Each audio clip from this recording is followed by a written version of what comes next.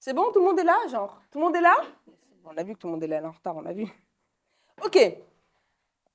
2h10, je m'arrête mais c'est pas grave. Donc, je présente cette phrase pour commencer. La raison n'a aucun pouvoir face à l'émotion. Ok? C'est quoi le lien avec tout ce que je vais vous présenter aujourd'hui? Je l'ai dit tout à l'heure, ce workshop, il a une particularité où on va voir le lien entre comment créer de l'émotion sur une marque et sur une expertise. Parce que quand tu as une expertise, tu ne vends pas une marque, tu vends une personal marque, tu vends une personne. Et donc là, le travail qu'on va faire, c'est trouver le lien entre les deux qui est puissant. Et en fait, et vous allez voir que c'est en fait juste ce lien-là qui fait que si vous travaillez avec ça, ben, vous allez arriver à faire ce que vous voulez. D'accord? Alors pour commencer, je vais vous raconter une histoire pour vous montrer à quel point en fait la raison n'a aucun pouvoir face à l'émotion. Un jour, donc moi vous savez, je suis originaire de Nice. D'accord? En France, sud de la France, Côte d'Azur. Nice, c'est un peu comme Casa, il y a la corniche, il y a le bord de mer. Et un jour, qu'est-ce qui se passe? Je me promène donc sur le bord de mer et je veux aller à la plage. J'étais adolescente, j'avais 15 et 18 ans, d'accord? Et il fait bien chaud, c'est l'été, je marche, et au moment où j'arrive sur le bord, le trottoir, on va dire, de la corniche, qu'est-ce que je fais? J'enlève mes claquettes. Et donc, du coup, je suis pieds nus. Je dis, bon, c'est pas grave, j'aime bien et tout, c'est à côté, je vais descendre, c'est bon, je vais arriver. Et au moment où je descends les escaliers pour arriver sur le sable, je marche sur quelque chose. D'accord? Ce sur quoi je marche, il se passe quelque chose d'incroyable. Je ne sais pas sur quoi je marche. La seule chose que je sais, c'est l'émotion qui se passe à ce moment-là. Au moment où je marche, j'ai une sensation de froid extrême. Je ne sais pas si vous connaissez quand vous prenez un glaçon qui est extrêmement froid, c'est une sensation de brûlure aussi. Et c'est ce que je ressens à ce moment-là. Je marche et je me dis... Donc la première des choses que je me dis, c'est j'ai marché sur un glaçon. Mais vu que c'est en plein été et qu'il fait extrêmement chaud, je me dis c'est pas possible que ce soit un glaçon. Logique l'histoire. Mais la sensation, c'est un glaçon extrêmement froid. Alors la sensation quand j'ai marché dessus, c'était mou. Qu'est-ce que je me suis dit? Deuxième des choses que mon cerveau il a dit, non, ça ne peut pas être un glaçon, c'est pas possible. Donc, c'est une crotte de chien. Parce que qu'est-ce que tu veux qu'il soit mou que tu marches par terre? Qu'est-ce que ça va être? Et je me dis, peut-être la crotte, elle est extrêmement froide. On va comprendre comment mon cerveau, il interprète. Je ne sais pas. Et au final, sur quoi j'avais marché? Parce qu'à un moment donné, je lève le pied quand même. Sur quoi j'avais marché? J'avais marché sur un mégot de cigarette allumé. Qu'est-ce que ça veut dire? J'ai marché donc sur une cigarette qui était allumée pieds nus, qui est évidemment allumée, qui est brûlante. C'est chaud, c'est brûlant. Mais en fait, c'était extrêmement chaud. Et mon cerveau, pour lui, il n'a jamais mis dans sa tête qu'il allait marcher sur un mégot de cigarette, que pour moi, mon cerveau, il a interprété, écoute, forcément, c'est un glaçon. Et vu que ce n'était pas un glaçon, parce que c'est pas possible, il fait trop chaud, je me suis dit, bon, bah, deuxième option, sur quoi on marche quand on marche par terre? Une crotte. C'était un mégot de cigarette. Le pire de cette histoire, c'est quoi? C'est que la sensation de froid extrême, elle ne m'a pas... C'était pas extrêmement chaud pour moi. Je me suis dit, putain, c'est trop froid. J'ai pas eu mal en soi. J'ai jamais eu de cicatrice, ça m'a jamais blessé, j'ai pas boité après ou lâché haja. Ça veut dire que mon cerveau, il a interprété l'information qui est le mégot de cigarette, qui est je me suis brûlée en vrai.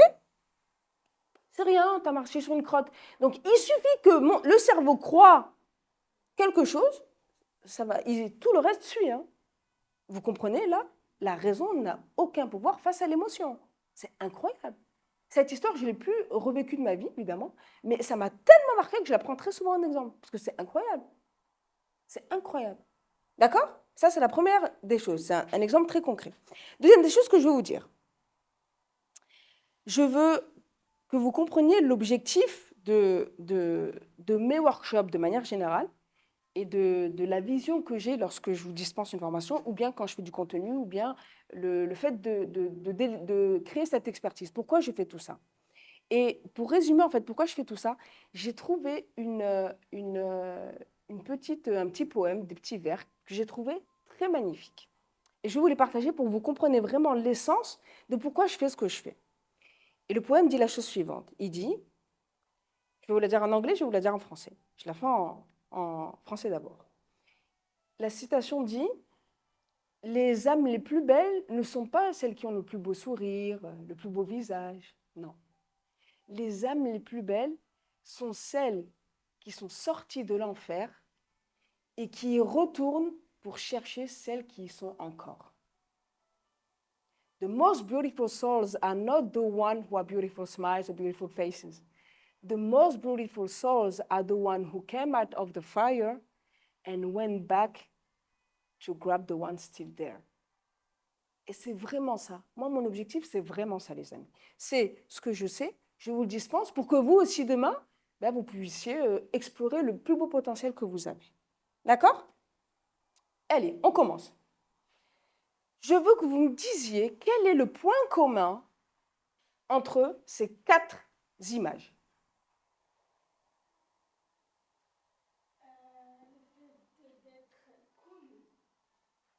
Ouais, exact. C'est qui elle? Tu vas très vite le savoir, hein? Sia. Sia. Ouais, si. Elle se cache plus maintenant. Donc, effectivement, elle se cache. Exact, exact. OK? Je rajoute, donc elles sont connues. Je rajoute une info. Toutes ces images-là ont plus d'1 million de followers. Footballeur, influenceur, elle, on la connaît. C'est Nadine. Ouais, Nadine. C'est Nadine, c'est ma cousine. On peut dire que c'est ma cousine. Hein. Je mène Hadid. Plastique. Nadine Jem, tu ne connais pas? You don't know her? Tu connais pas? Elle est libano-tunisienne. Laisse-moi, je parle de Nadine. Elle est libano-tunisienne, c'est ma cousine. Elle est chrétienne, moi non, mais on est cousines quand même. Et elle est actrice à la base. Elle est chanteuse à la base. Tu es sûre? Ça fait tuer. Non, c'est elle qui sait mieux. Donc, chanteuse, elle est passée chanteuse, je pense à actrice, puis actrice make-up. Parce que les gens, maintenant, aujourd'hui, la connaissent beaucoup parce qu'elle est actrice. Hein. Tu as vu toutes les séries qu'elle a fait avec eux? Wa akhiran. Wa akhiran. Exact. Donc, elle est belle, non? Oh, elle est belle. Elle est belle, refaite. On se ressemble un peu. OK.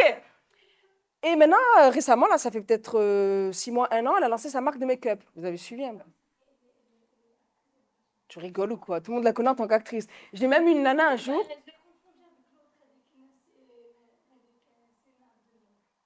Elle ne connaît pas.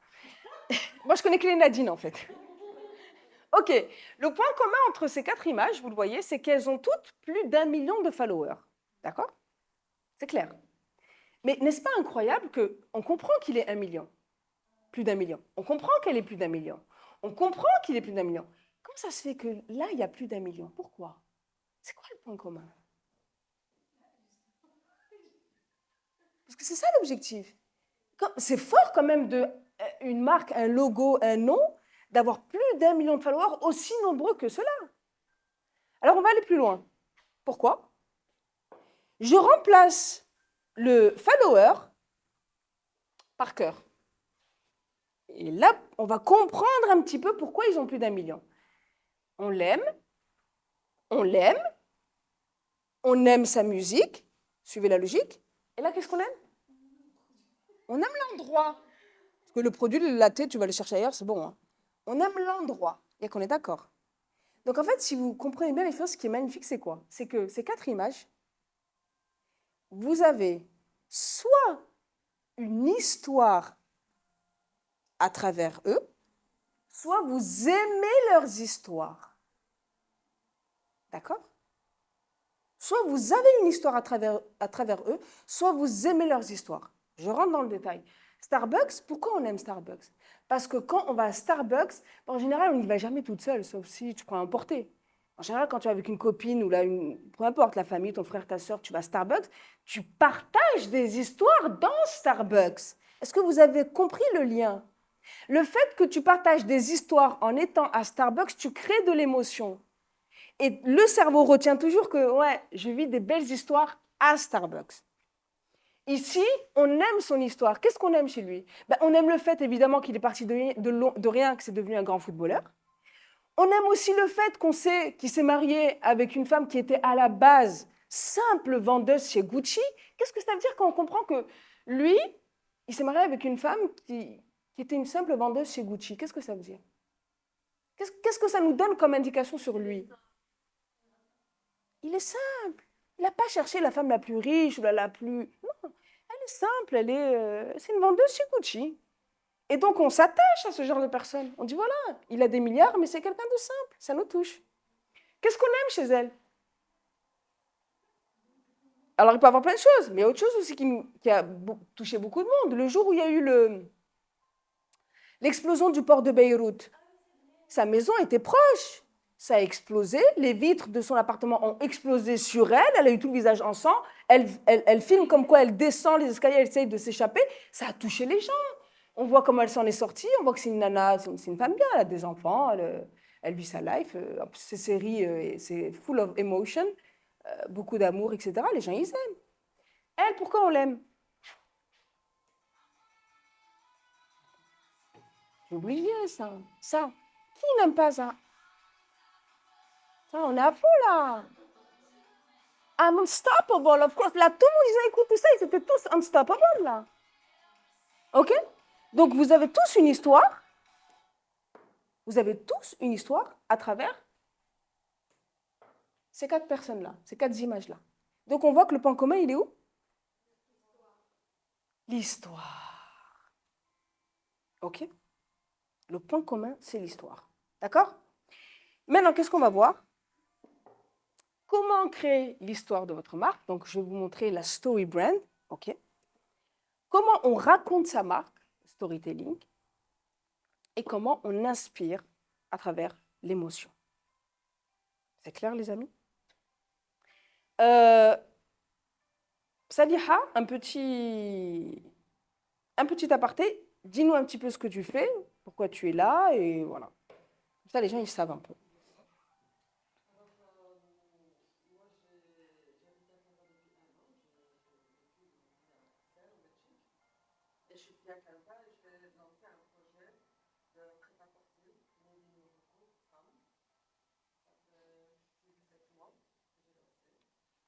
Et voilà, je suis là en fait pour ça, parce que j'ai envie de raconter mon histoire, j'ai envie de me présenter, j'ai envie de représenter ma marque. Je ne sais pas comment, par où commencer, je peux me faire un faux au départ, je peux normal. Et voilà, c'est pour ça que je suis là vraiment pour trouver une façon de véhiculer le message de ta marque, de donner beaucoup plus que juste une marque de vêtements. C'est très clair, d'accord. Kenza, étudiante en commerce international. Yak. Et les deux, on ne va pas les présenter maintenant parce qu'elles devront se présenter toutes seules. C'est le challenge qu'elles ont aujourd'hui. D'accord? Alors, oui, c'est toutes les deux. C'est pas que toi. Elle aussi, elle est dans le bain. OK? Alors, à la pause, ce sera votre travail à vous. D'accord? Alors, je commence par comment créer l'histoire de votre marque. La story brand, ce qui va surtout toi t'intéresser en tant que marque. D'accord? La story brand, il y a 3 trucs. On va voir les À chaque fois, il me fait ça. À chaque fois, il me fait ça. Ah, tiens, l'écran, à chaque fois.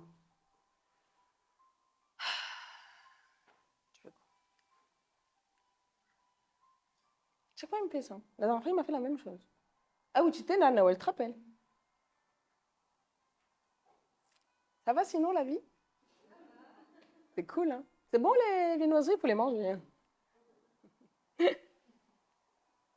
Chaque fois, il me fait ça. C'est pas grave. On va voir les composantes de la story brand, le guide.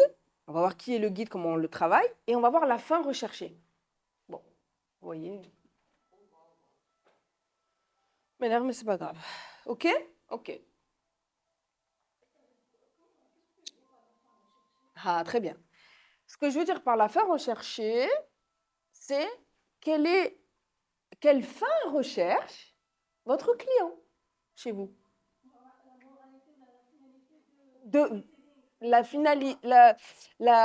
Oui, la finalité de la storytelling, mais qui doit être absolument collée à ton expertise, sinon blèche. On va le voir en détail, comme ça tu vas comprendre. D'accord? Si vous ne voyez pas bien. Ah, elles sont مزيان. Ah, c'est bon, on voit mieux. Qu'est-ce que c'est ça?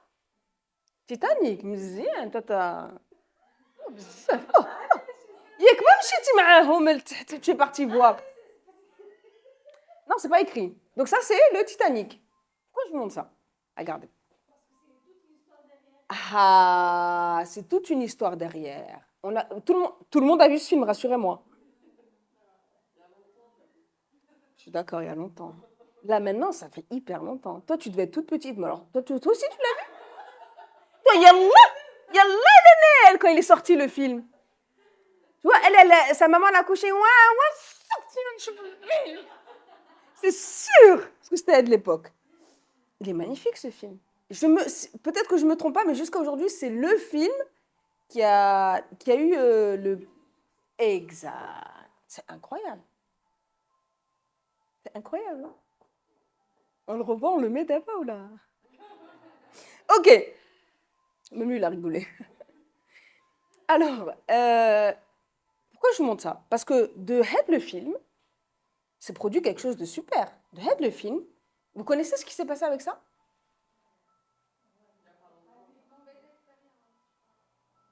Qu'est-ce qui s'est passé avec ça? Ça, c'est des gens. Alors là, elle paraît petite, la capsule, il n'y a pas d'échelle, malheureusement, mais c'est un truc immense, hein, d'accord? C'est un truc immense, c'est le sous-marin, là.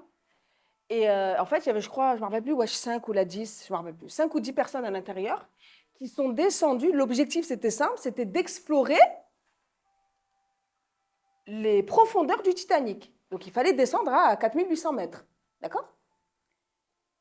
Et subhanallah, en plus, dedans, il y avait des Pakistanais, donc imagine musulmans, c'était à fond, les mecs. Il y avait un gosse de, je crois, peut-être adolescent ou la Shahaja, qui lui aussi était passionné par Titanic, qui voulait absolument voir les profondeurs du paquebot.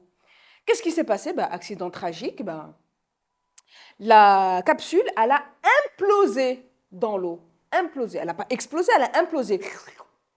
La pression à l'extérieur, ça fait que ça s'est complètement aspiré et ça a implosé. Mais pourquoi je vous dis ça? Regardez, par amour pour le film ou par amour par tout ce qui a dégagé Ed, le bateau, il y en a, ils perdent leur vie. Il a perdu sa vie, là, ils ont perdu leur vie. Par amour pour Ed le film, pour Ed le bateau. Vous vous rendez compte l'histoire à quel point elle est puissante? Vous avez vu à quel point l'histoire, elle peut entraîner un mouvement? Et ça a coûté cher en plus d'aller dans la capsule. En plus, tu payes, en plus, tu perds la vie. Bizarre. Le deal, il est mauvais, là. Titanic, no way, quoi. D'accord? C'est ça que je veux vous dire.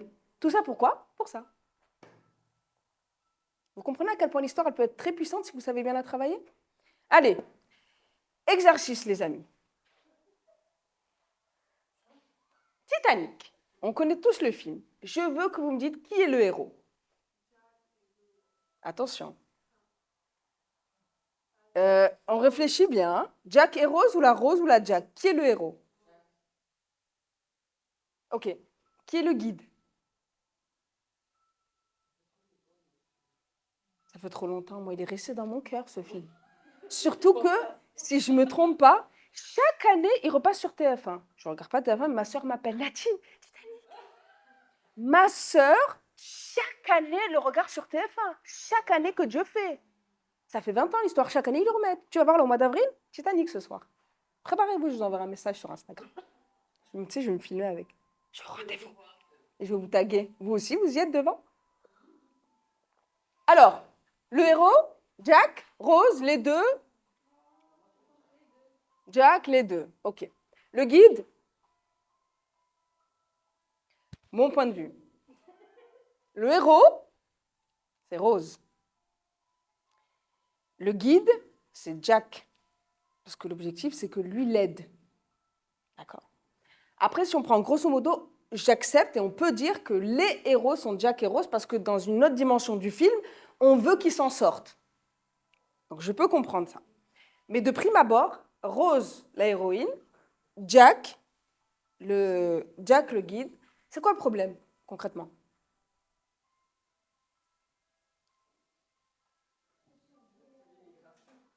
Exactement, il y en a plusieurs.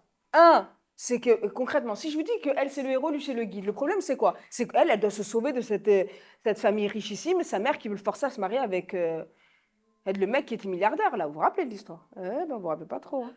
OK? Le problème, c'est ça. Et lui, il doit l'arracher des griffes de la famille riche. Oui, il faut se marier avec les riches, il faut rester avec les riches. Vous vous rappelez l'histoire? Le plan, c'est quoi? Le plan, ben, le stratagème, il faut qu'elle comprenne qu'il faut qu'elle arrête de rester avec la famille, qu'elle s'en sorte et qu'elle vit une nouvelle vie avec lui. Ça, c'est le plan. L'appel à l'action, c'est quoi? Simple. Tu restes ou tu... C'est soit tu restes, soit tu pars avec moi. C'est l'appel à l'action. Qu'est-ce qui se passe si elle ne prend pas l'appel à l'action? Qu'est-ce qui se passe si elle décide pas de partir avec Jack? Elle sait, elle en est persuadée, on le voit dans le film, elle sait qu'elle risque de vivre une vie malheureuse. On a compris. Le succès, si elle réussit, une vie heureuse, pleine d'amour, et puis on est heureux, et puis c'est un nouveau départ, et c'est une nouvelle vie. D'accord? Votre exercice, les amis. Voilà. Vas-y. Ça fait? Votre exercice, les amis. Détaillez au sein de votre expertise ou votre marque les 7 composantes de votre story brand. Je vous donne 5 minutes. Donc, je vous remets ça. Vous avez une marque ou vous avez une expertise. Vous devez dire qui est le héros, qui est le guide, c'est quoi le problème, c'est quoi le plan, c'est quoi l'appel à l'action, c'est quoi l'échec si on ne travaille pas avec vous ou si on n'achète pas vos vêtements, et qu'est-ce qu'on obtient si on achète vos vêtements ou si on travaille avec vous. C'est clair? C'est comme ça qu'on construit une story brand, c'est comme ça qu'on construit le début de l'histoire de sa marque. Je sais que les gens pensent qu'il suffit juste de raconter des histoires. Je vais raconter l'histoire de ma marque. Non, c'est comme ça qu'on raconte l'histoire de sa marque. Et c'est comme ça que les marques internationales racontent les histoires de leur marque. D'accord? Pas simple, hein, Saliha, le bise. Hein. Tu pensais être venu ici pour prendre chocolat, café. Tu dis, merde, en fait, là, on va travailler.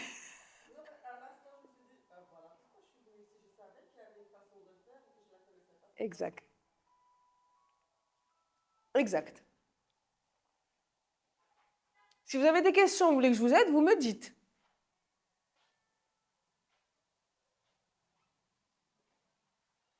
Hajar, le héros, le guide, on sait c'est qui est. Le problème, on sait c'est quoi. Le problème, c'est qu'est-ce que tu résous. Le plan, c'est quelle solution tu proposes. L'appel à l'action, qu'est-ce qu'il faut qu'on fasse? Et je vais te dire, chez toi peut-être, Hajar, le problème, c'est l'appel à l'action. Eh bien sûr. Ça et ça, c'est facile. Tu vas le trouver. Saliha, le héros, c'est qui? Ça, c'est intéressant pour toi. C'est qui le héros chez toi? Comment s'appelle ta marque? Toi, tu es en train de brûler les zèbres. Comment s'appelle ta marque? Ah oui, Maroquia, d'accord.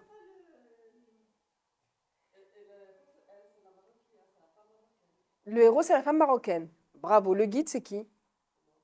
La marque. Attention, hein, parce que... Je sais pas. Moi, je suis pas rentrée. C'est soit Est-ce que c'est Coco Chanel ou est-ce que c'est Chanel? C'est ça la question. Est-ce que c'est la créatrice designer, c'est toi qu'on met en avant ou on met Maroquia? C'est la marque. Donc, c'est la marque. Très bien. Le problème, qu'est-ce que tu résous? Parce que c'est, tu sais, le fait qu'on va acheter chez toi, ça se situe là. Hein.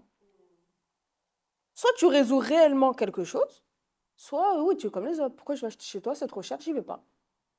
Où il n'y a aucune pertinence. Non, pour moi, ça lié un peu tendance avec du made in Manhattan. Pour moi, c'est ça que j'ai envie de mettre l'accent sur le made in Europe. C'est ça que j'ai envie de... Bon, sachant qu'il y en a qui le font. Hein. Alors, c'est quoi la distinction? Pourquoi je vais aller chez toi? Made in Marocco, ouais, je suis t'es la seule à faire du Made in Marocco. Ah,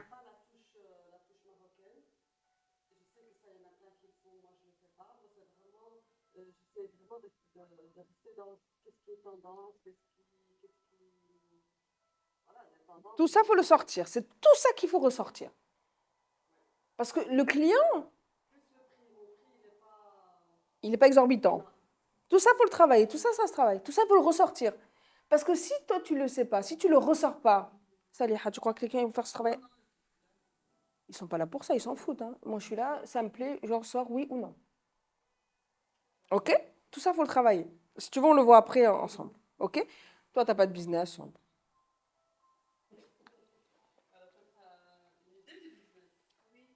Ah ah, yallah. Appel à l'action, c'est qu'est-ce que.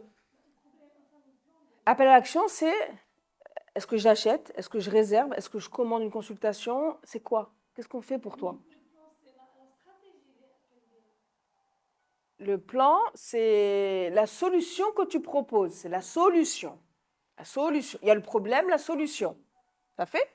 Kenza, je t'écoute? Nous t'écoutons. D'accord.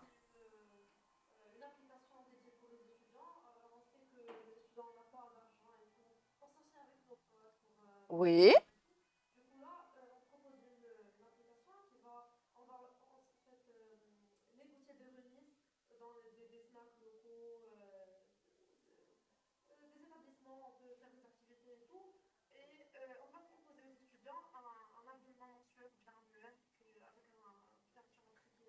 Mhm. Intéressant.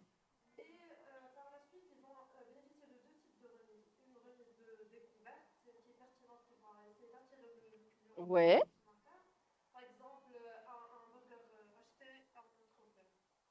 Ouais.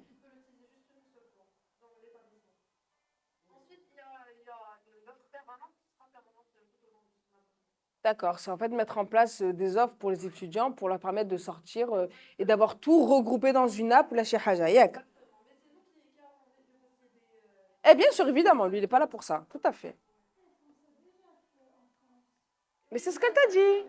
Elle t'a dit, elle a dit en France, ouais, c'est ce qu'elle a vu ça en France.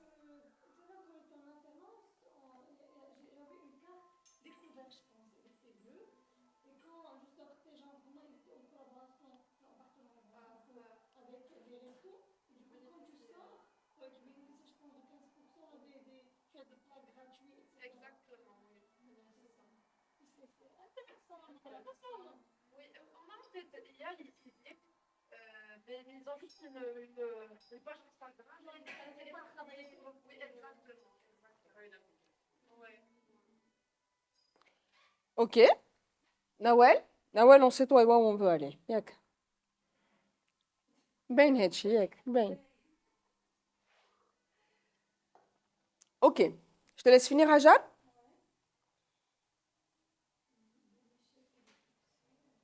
Mais est-ce que. Non, j'ai fait un Nadine. Ma Starbucks m'a. Starbucks, pour la petite histoire, j'ai oublié de la raconter cette histoire. Starbucks, pour la petite histoire, parce que je vous ai dit pourquoi on aime un tel, pourquoi on aime un tel, pourquoi on aime Starbucks aussi. Starbucks, c'est très intéressant parce que vous savez que quand ils vous demandent votre prénom au moment de commander votre boisson, est-ce que vous savez qu'ils font exprès de quoi? Là, Saliha, redis ce que tu as dit. Ouais, tu as entendu ce qu'elle a dit? Ils font exprès de faire des fautes sur ton prénom. Pourquoi? Pour que justement, toi, tu dises, regarde, ils ont mal écrit, je sais comment ils ont écrit mon nom, tu vas partager sur les réseaux, évidemment, c'est de la pub gratuite. Toi, ils ne voulaient pas que tu partages. Toi, moi, je dis Nadine, il m'oublie le E. Ou alors, il me met deux E, ou la trois I, ou la Nadim avec un M à la fin. Alors, du coup, je dis Souad. C'est vrai, à chaque fois, je change de nom, parce que si je pars dans Nadine, je suis foutue. Nadine! Nsia! Vous êtes algérienne. D'abord, je peux avoir mon café, s'il vous plaît? Mon mari va venir. Et là, il y aura ni algérienne ni marocaine. Tu vas voir ce qui va se passer. Donc, du coup, Souad ou là, je change à chaque fois. Mais des prénoms très basiques, Souad, Saïda, Khadija, il ne peut pas se planter, tu vois. Et il n'y a pas lieu de. Ah ouais, elle n'est pas d'ici, elle. Non, je suis d'ici, hein, je m'appelle comme toi, là, tu peux rien faire. Très efficace. C'est bien quand tu es marié, quand tu es célibataire, dis ton prénom. Évidemment. Et tu peux même faire un clin d'œil. Hajar. Dès que tu changes de prénom, attention, hein, faut être intelligente. T'as fait? On continue? Alors, le guide. OK. Qui est le guide maintenant? Vous avez compris qui est le guide? La marque? Le guide. Le guide, c'est qui? Ça fait? Le guide. Est-ce que vous la connaissez? On voit toi, tu connais pas ça. Toi, si tu me dis que tu connais, ça m'étonnerait. Nawel, tu connais? Tu connais Kenza? Ça ne m'étonne pas. C'est normal que tu connaisses. Pakistanaise. Malala Yousafzai. Malala Yousafzai. Vous savez que normalement, il faudrait quand même la connaître. Parce qu'il faut savoir que Malala Yousafzai, c'est la femme la plus jeune de l'histoire à avoir reçu un prix Nobel de la paix. Elle avait 17 ans. Qu'est-ce qui s'est passé? Malala Yousafzai, son histoire, elle est magnifique, ou pas? Malala Yousafzai, c'est une Pakistanaise qui a grandi dans son pays, d'accord? Swat, je crois que ça s'appelle le village où elle a grandi, je crois que ça s'appelle Swat. Et depuis très jeune, depuis petite, elle allait à l'école comme toutes les filles, ou pas, parce que beaucoup de filles à l'époque n'allaient pas à l'école. Et dans la région où elle habitait, il y avait toujours des talibans. Les talibans, on les connaît, ils veulent toujours empêcher les filles d'aller à l'école. D'accord? Malala Yousafzai, donc, elle va à l'école comme tout le monde et elle lutte depuis petite, elle lutte pour l'émancipation des filles au niveau de l'éducation. Elle lutte pour l'éducation des filles. D'accord? Donc, elle commence vraiment à prendre la parole, elle assiste à des événements. Ça, c'est pendant qu'elle avait 10, 11, 12, 13, 14 ans. Hein. Et un jour de octobre 2012, elle a, je crois, 15 ans ou elle a 14 ans à cette époque-là. 15 ans. Octobre 2012, elle passe son examen, elle finit son examen, elle prend le bus comme d'habitude pour rentrer chez elle, sauf que il ne se passe pas la journée qu'elle avait imaginée. Au moment où elle rentre dans le bus avec deux camarades de classe, dans le bus, qu'est-ce qui se passe? Il y avait un taliban qui l'attendait dans le bus parce qu'il savait qu'elle allait finir son examen et qu'elle allait monter dans le bus pour rentrer chez elle. Il l'attendait pour la tuer. Parce qu'elle commençait déjà à se faire connaître, à gagner des prix pour son mouvement de l'émancipation des filles. Le taliban lui tire dessus, une balle dans la tête, Malala Yousafzai, entre la vie et la mort. Est-ce qu'elle est morte? Évidemment que non, parce que vous la voyez là, elle n'a pas 17 ans. Gravement blessée à la tête, sa vie est en danger. Par contre, quelques semaines qui ont suivi, on a réussi à la sortir d'affaire et on la transfère directement à l'hôpital de Birmingham au Royaume-Uni. Elle s'en sort et alhamdoulilah, elle s'en sort avec une cicatrice, mais bon là, avec le temps, tout ce qu'il a fait, alhamdoulilah, c'est super. Donc, elle s'en sort et évidemment, son mouvement repart de plus belle. Évidemment, elle est hyper connue et elle crée un mouvement de masse dans le monde. Pourquoi? Une jeune fille qui lutte pour l'éducation des filles et en plus, qui s'en sort, on a essayé de la tuer, elle s'en sort. Évidemment que 2 ans après, on lui délivre le prix Nobel de la paix. Évidemment, pourquoi on ne va pas lui délivrer? Chouf, elle a 17 ans, elle n'est pas toute mignonne. Ce que les gens ne savent pas, et que moi, enfin, pas que moi évidemment, moi, non, et que j'ai étudié en profondeur, c'est que Malala Yousafzai, avant qu'il lui arrive tout ça, étudiait scrupuleusement l'art oratoire, l'art de savoir parler, de communiquer, de créer de la storytelling. Pourquoi? Parce que ses parents aussi étaient de grands orateurs. Donc depuis petite, elle touchait les gens avec son histoire, son mouvement. Tu ne peux pas toucher les gens et développer un mouvement aussi fort si tu ne prends pas des cours de storytelling. Ce n'est pas possible. Son mouvement a grandi, avant qu'on lui tire dessus, son mouvement a grandi parce qu'elle avait pris des cours d'art oratoire. Elle s'est fait connaître, on lui tire dessus, le mouvement explose, ça repart de plus belle. Son histoire touche tellement les gens qu'évidemment, Angelina Jolie va faire une donation de 200 000 $. Évidemment. Pourquoi tu ne vas pas lui faire? Sa cause, elle est noble. L'histoire qu'elle raconte, elle est magnifique. Elle arrive à raconter. Ça touche le cœur des gens, ça touche le cœur des femmes du monde. On fait des donations, évidemment. C'est magnifique. D'accord? les deux composantes du guide. Elle, dans son histoire, c'est elle le guide. Elle guide qui? Qui elle guide? Dans son mouvement, elle, dans ce qu'elle a créé. Qui ne sont pas à l'école, les femmes, les filles, les petites filles. Yak. Pourquoi je vous dis ça? Le guide, n'oubliez pas, je suis toujours là pour ramener ça à votre business. Le guide, on lui prête deux composantes. Il doit avoir de l'empathie. C'est quoi de l'empathie? Ça veut dire, l'empathie, je sais ce que veut mon client, je le comprends.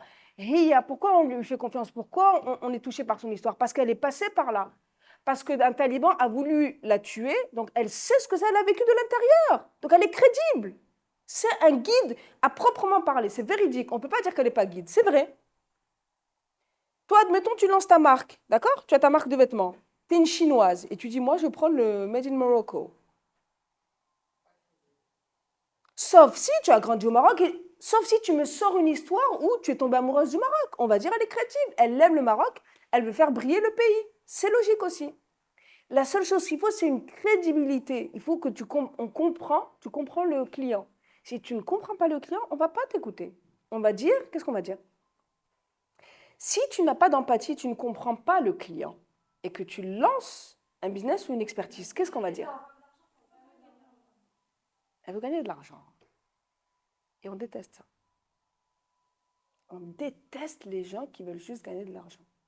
On déteste ça. Si ça ne va pas au-delà de l'argent, on va dire blèche. Parce qu'aujourd'hui, les marques les plus fortes, elles gagnent de l'argent.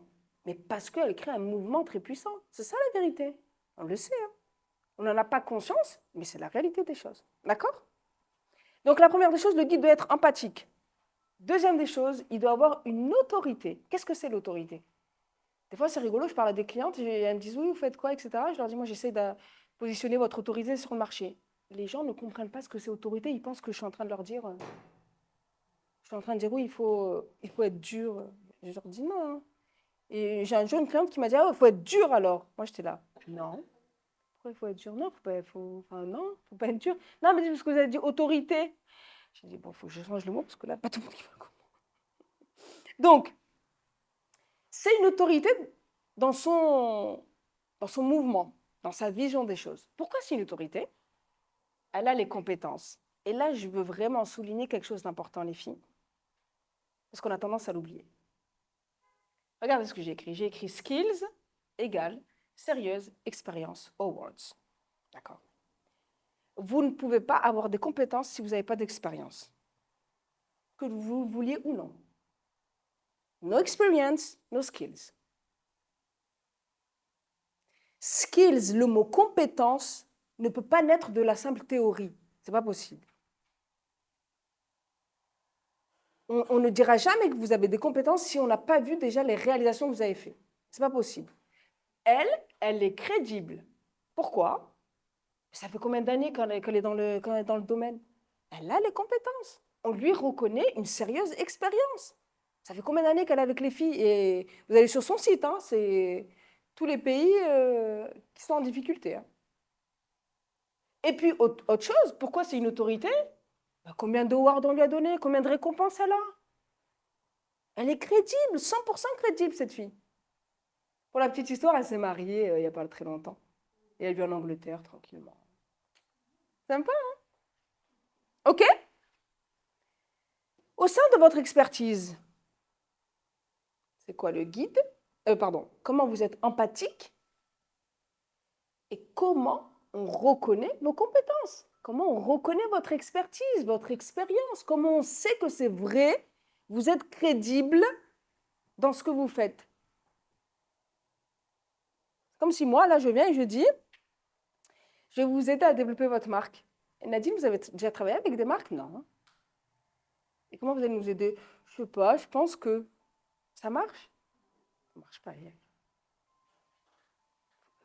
Donc, donnez un peu de la crédibilité à ce que vous faites.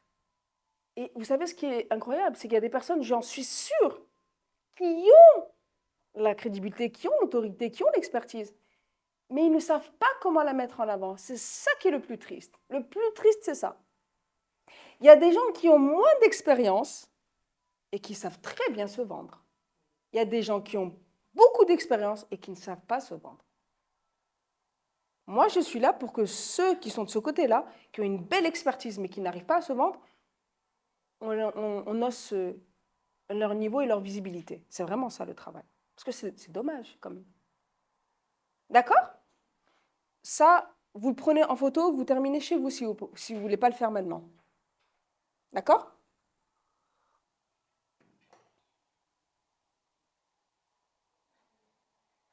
On continue? Ok. Je vais vous dire une chose qui est importante. On a vu la story brand, comment elle se construit, on a vu le guide, on va arriver à la fin recherchée. Est-ce que vous savez que l'objectif primaire de l'homme, c'est pas d'obtenir, des choses, c'est pas de posséder. C'est de trouver du sens à ce qu'il fait. C'est ça que recherche l'homme. Hein. L'être humain, his primary desire is not to own, to possess. No. It's to find a meaning to what he does. C'est pour ça qu'on fait les choses. Si je vais acheter un café juste pour acheter un café, ça n'a aucun sens. Je vais acheter un café parce que j'ai envie d'avoir un bon petit déjeuner. Il y a du sens. Si vous ne savez pas le sens que vous devez donner à vos clients, c'est foutu. Vous devez trouver du sens dans ce que vous faites. Parce que les gens acceptent le sens. Ça fait sens que je vais chez Nadine. Pourquoi? Parce que ça se voit qu'il y a une expertise, il y a quelque chose d'intéressant, elle va m'aider, elle va me guider. Et pourquoi ça fait sens?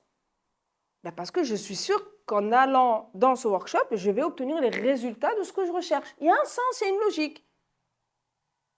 D'accord? Le désir premier de l'homme n'est pas d'obtenir. Son désir premier, c'est de trouver du sens à ses actes. D'accord? Maintenant, on va parler de la fin recherchée. Vous savez ce qui est magnifique? Les experts et les marques vendent des produits et des services à des problèmes externes, alors que le client achète pour résoudre des problèmes internes. Il faut que vous ayez le recul de le comprendre. Experts sell solutions to people who have internal problems, je la refais. Experts sell solutions to external problems, but customers buy solutions to internal problems. Concrètement, ça donne quoi? Moi, je vends un workshop, d'accord? Un problème externe que vous avez, votre marque n'est pas visible, votre expertise n'est pas visible, d'accord? Mais vous achetez parce que vous avez un problème en interne, pas en externe, vous avez un problème en interne.